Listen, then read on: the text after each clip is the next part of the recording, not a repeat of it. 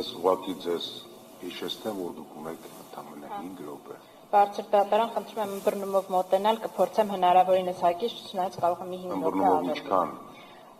10-15 րոպե էլի ընդհանուր։ 10, դա։ Լավ։ Բարձր դատարան, երբ մամուլը սկսեց խոսել ժամանակից շուտ Քարոզ Արշավի մասին, քաղաքացիական պայմանագիր կուսակցության կողմից, եւ այդ հարցը բարձրաձայնվեց, ԿՀՀ-ն ասաց նորմալ է, կարող եք քարոզել, երբ ուզում եք, ինչքան ուզում եք, բացառությամբ իհարկե լռության օրերին։ Այսինքն քարոզը կարելի է, բայց եկեք հասկանանք ում հաշվին, հարկատուների։ Սա ինձ բերում է իմ առաջին փաստարկին, որ քաղաքացիական պայմանագիր կուսակցությունը նախընտրական քարոզարշավն իրականացրել է Հայաստանի Հանրապետության հարկատուներից սնվող պետական բյուջեի հաշվին։ Այստեղ ես միտումնավոր շրջանցում եմ այն հանգամանքը, որ ինչու են այդ միլիարդավոր դրամների պարգևավճարները տրվում, գուցե նաև այն նպատակով, որ այդպիսով անուղղակի կերպով հանգանակություններ արվեն քաղաքացիական պայմանագիր կուսակցությանը, բայց խոսենք փաստերով։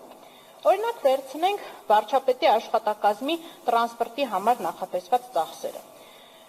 Պետական գնումների մասին այդ հարթակում տեսնում ենք, որ օրինակ նախորդող 4 տարիներին տրանսպորտային ավտոբուսի վարձակալության ծախսերը եղել են 500 միլիոն, 0 դրամ, 200 դրամ, 2 միլիոն դրամ, բայց օզարմանք 2026 թվականի ազգային ժողովի ընտրություններից ընդամենը 2 ամիս առաջ կնքվում է պայմանագիր 6 միլիոն դրամի այն մասին, որ անհրաժեշտ է իրականացնել ավտոբուսով Հայաստանի այդ բոլոր մարզերում ուղևորափոխադրումներ եւ ասում է, որ այդ ուղևորությունները պետք է հաստատվեն 1-2 օրվա ընթացքում առանց նշելու, թե այդ ինչ անհրաժեշտություն է առաջացել, որ նախկին 5 տարիների ընթացքում վարչապետի աշխատակազմը ավտոբուսով երթևեկելու անհրաժեշտություն չի ունեցել, բայց ընտրություններից առաջ 6 միլիոն դրամի չափով ունեցել է։ Իհարկե պայմանագիրը այդ ամեն ինչը չի բացահայտում, բայց Նիկոլ Փաշինյանի գլխավորությամբ ուրախ ավտոբուսի երթևեկությունները բնականաբար բացատրում են։ Ես իհարկե համապատասխան պետական գնումների մասին քաղվածքները եւ պայմանագիրը ներբեռնված կներկայացնեմ դատարանին, ինչպես նաև էլեկտրոնային եղանակով կտրամադրվի կողմերին։ Հաջորդիվ վերցնենք օրինակ քաղաքացու օրվա միջոցառումների ծախսերը, որից պետբյուջեից միայն ծախսվել է վարչապետի աշխատակազմից 20 միլիոն դրամ, որոնցից 13 միլիոն դրամը նախատեսվել է իրականացնել 101 համայնքներում հանրային քննարկումներ եւ բանախոսություններ իրականացնելու համար եւ դրանց լուսա եւ տեսաձայնագրման համար, ինչպես նաև 10,000 հատ կրծքանշանների պատրաստման համար։ Ուրեմն բաց աղբյուրներում առկա տեղեկատվությամբ հնարավոր չի եղել հայտնաբերել եւ նույնականացնել գեթ 1 համայնքի հանրային քննարկում եւ կամ բանախոսություն, իսկ այլ կրծքանշան, քան քաղաքացիական պայմանագիր նախընտրական քարոզչական նյութ հանդիսացող կրծքանշանները այդ միջոցառումների ընթացքում հնարավորություն չի եղել նույնականացնելու, ինչը մեզ բերում է ողջամիտ ենթադրության, որ այդ ծախսերը փաստացի պետական բյուջեից իրականացվել են քաղաքացիական պայմանագիր կուսակցության քարոզչության համար։ Մյուս 7 միլիոնը ծախսվել է Նիկոլ Փաշինյանի Վարդենիս եւ Մարալիկ համայնքներում այցերի եւ համերգների համար, որի պայմանագրերի պատճենները եւս կներկայացնենք եւ որի պարագայում ըստ էության այդ այցելությունները, որոնք ԿՀՀ-ն արձանագրել է, որ ըստ էության քարոզչականն եւ օրենքը չի արգելում, բնականաբար չի արգելում, եթե դա արված է կուսակցության հաշվին, այլ ոչ թե հարկատուների։ Եվ սա ընդամենը քաղաքացու օրվա ծախսերի մի փոքր մասն էր, հիմնական հովանավորությունը իրականացվել է կուսակցության հետ առերևույթ Սերտաչյա շահերի մեջ գտնվող մասնավոր կազմակերպության Fast Bank-ի կողմից, ինչի վերաբերյալ ահռելի ծախսեր են տեղի ունեցել, միջազգային արտիստներ են հրավիրվել, որոնց փաստացի ծախսերը մի քանի 100 միլիոն դրամ են կազմել եւ որոնք ըստ էության թաքցվել են Fast Bank-ի կողմից նույնիսկ հանրային վերահսկողության նկատառումներով Ազատություն ռադիոկայանի հարցմանն ի պատասխան, բայց դա իհարկե չի վրիպել միջազգային դիտորդական առաքելության ուշադրությունից, որոնք ընդգծել են այն հանգամանքը, որ սա խնդրահարույց պրակտիկա է, չի կարելի ընտրություններին նախընթող ժամանակահատվածում ըստ էության նվիրատվություններ անել եւ ընդգծել են այն հանգամանքը, որ Հայաստանի կուսակցությունների մասին օրենքով արգելված են մասնավոր կազմակերպությունների իրավաբանական անձանց կողմից նվիրատվությունները կուսակցություններին։ Եվ մեջբերում եմ ասել են, որ իշխող կուսակցության քաղաքականությունը խթանող մի շարք թանկարժեք միջոցառումներ բացահայտորեն հովանավորվել են խոշոր ընկերությունների կողմից, ինչը մտահոգություններ է առաջացրել սերտաճած բիզնես եւ քաղաքական շահերի կազմակերպումը։ Հիմա անցնենք բուն քարոզչական ծախսերի կասկածելի թվերին։ Գործընկերները խոսեցին այդ անհատույց անշարժ գույքերի մասին, որոնք իհարկե աղերս չունեն իրական շուկայական արժեքների հետ, բայց ես ցանկանում եմ բարձր դատարանի ուշադրությունը հրավիրել ըստ էության ամենաառանցքային ծախսի վրա, այն է քարոզչական հանրահավաքների կազմակերպումը, մեծ բեմահարթակների եւ հանրահավաքների կազմակերպումը մայրաքաղաք Երևանում եւ բոլոր մարզկենտրոններում, որոնք ուղեկցվել են գերթանկարժեք դրոն շոուների ուղեկցությամբ։ Ուրեմն ակնհայտ էր, որ պայմանագիրը, այսինքն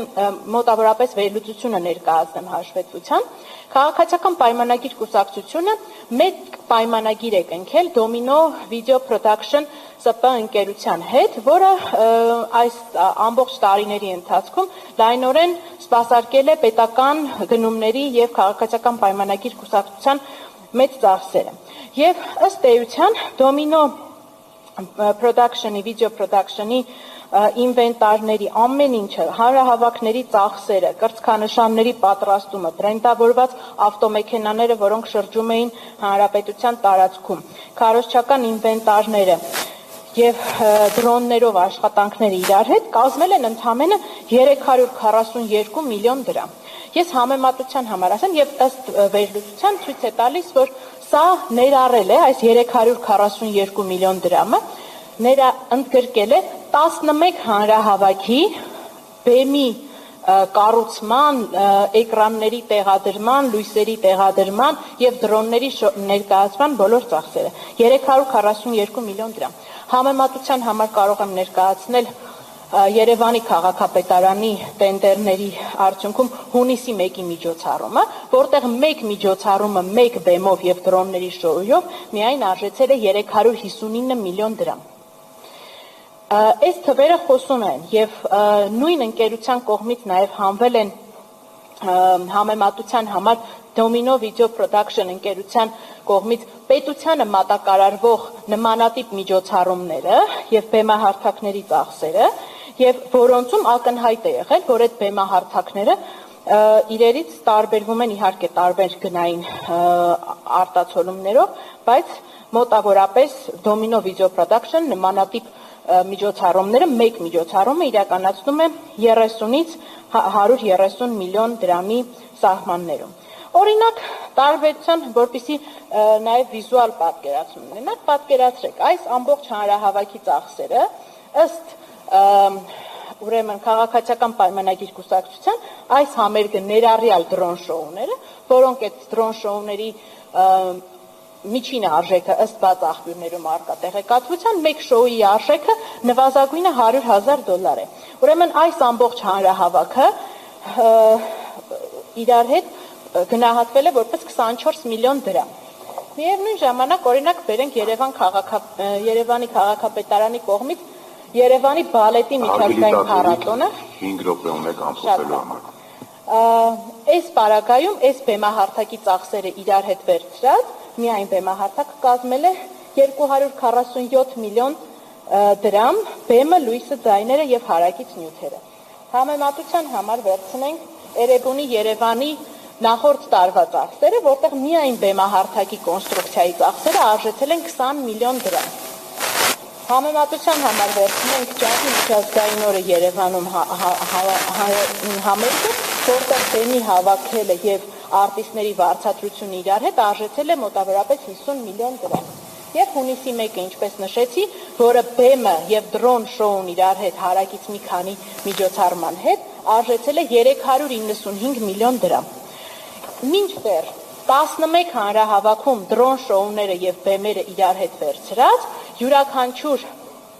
դեպքում մուտքագրվել է ընդամենը 24 միլիոն դրամ։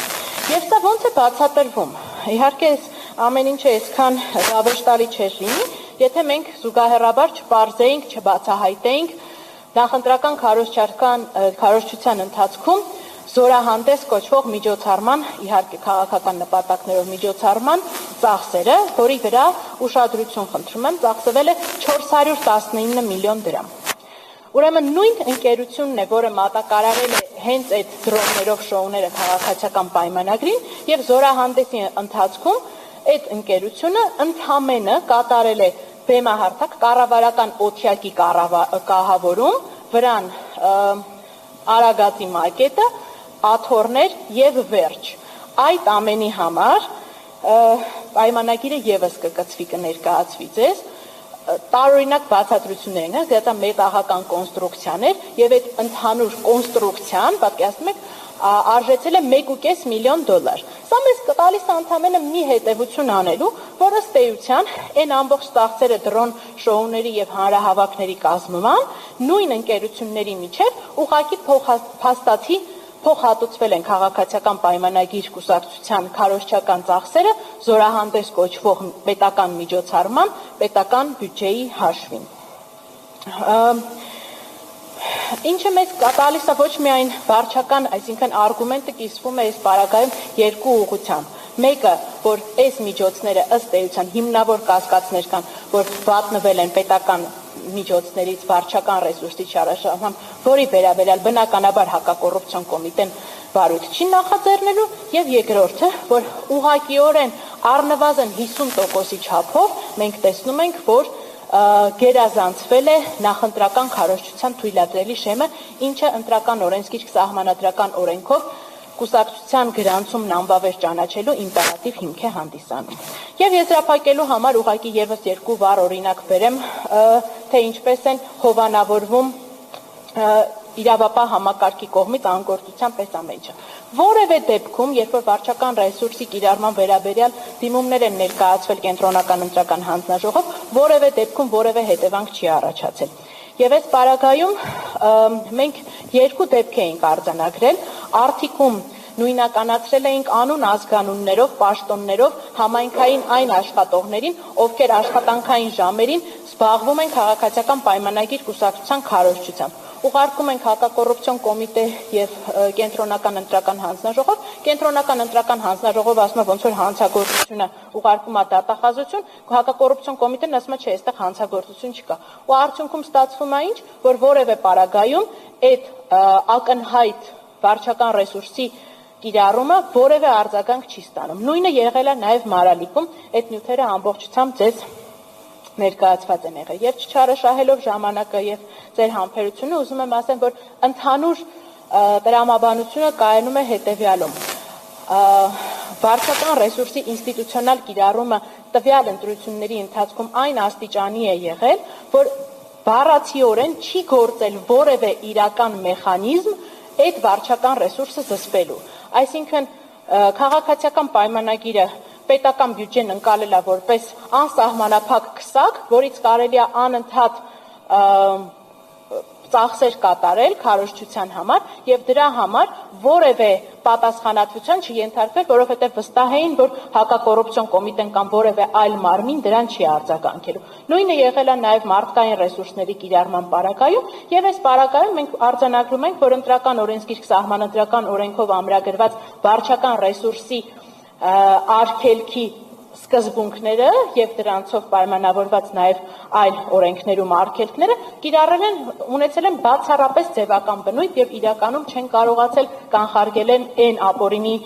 եւ անարդարացի մթնոլորտը, որ ստեղծվել է այս ընտրություններում։ Շնորհակալություն,